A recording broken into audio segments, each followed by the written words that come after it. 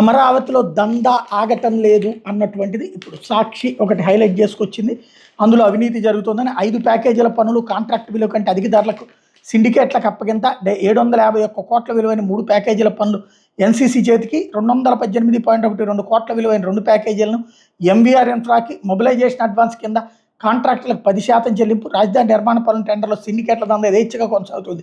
Tender నోటిఫికేషన్కి ముందే సిండికేట్తో ఎక్కువ కమిషన్ ఇచ్చేందుకు ముందుకు వచ్చిన కాంట్రాక్టుల సంస్థకి వాటిని పనిచేసి ఆ తర్వాత నోటిఫికేషన్ జారీ చేసి అధిక ధరకు ఆ సంస్థకి అప్పగించేలా ముఖ్యంగా చక్రం తిప్పుతున్నారని ఆరోపణలు ఆదరించి వెలువెత్తున్నాయి.